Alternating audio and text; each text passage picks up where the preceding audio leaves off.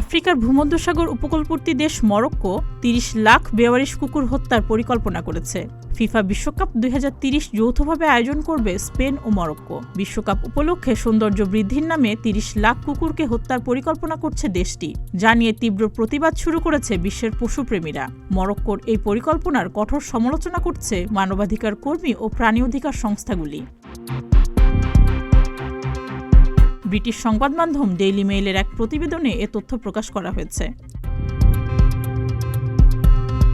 একটি আন্তর্জাতিক পশুপ্রেমী সংগঠন মরক্কোর এক ঘৃণ্য পরিকল্পনা ফাঁস করেছে। শোনা যাচ্ছে ইতোমধ্যেই কয়েক লক্ষ কুকুরকে নৃশংসভাবে হত্যা করা হয়েছে, আর সেটা সরকারের পক্ষ থেকেই হচ্ছে। পথ কুকুরদের স্ট্রিকনাইন নামক বিষ প্রয়োগে মারা হচ্ছে, এমনকি রাস্তায় খোলা স্থানে গুলি করা হচ্ছে এবং শাবল দিয়ে পিটিয়ে মারা হচ্ছে। আবার ক্ল্যাপিং করে কুকুরদের ধরা হচ্ছে, পরে নির্জন জায়গায় নিয়ে গিয়ে তাদের মেরে ফেলা হচ্ছে। অধিকার কর্মী ও বিখ্যাত প্রজাতিবিদ জেন গুডাল ফিফাকে লেখা এক চিঠিতে মরক্কোয় বিশ্বকাপ আয়োজন স্থগিত করার আবেদন করেছেন। তিনি বলেছেন, যদি মরক্কো অমানবিকভাবে কুকুর হত্যা অব্যাহত রাখে তাহলে তাদের যেন বিশ্বকাপের আয়োজকের তালিকা থেকে বাদ দেয়া হয়।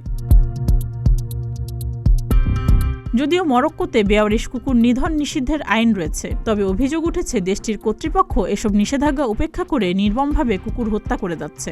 ইন্টারন্যাশনাল অ্যানিম্যাল কোয়ালিশন সংস্থাটি তাদের অফিসিয়াল ওয়েবসাইটে দাবি করেছে, মরক্কোতে প্রতি বছর ৩০ লাখ পথ কুকুর নির্বিচারে ও নির্মমভাবে হত্যা করা হয়।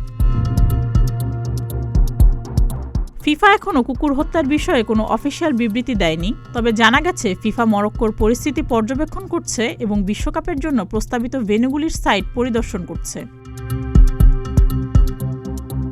বিশ্বকাপ এখনও ৫ বছর দূরে।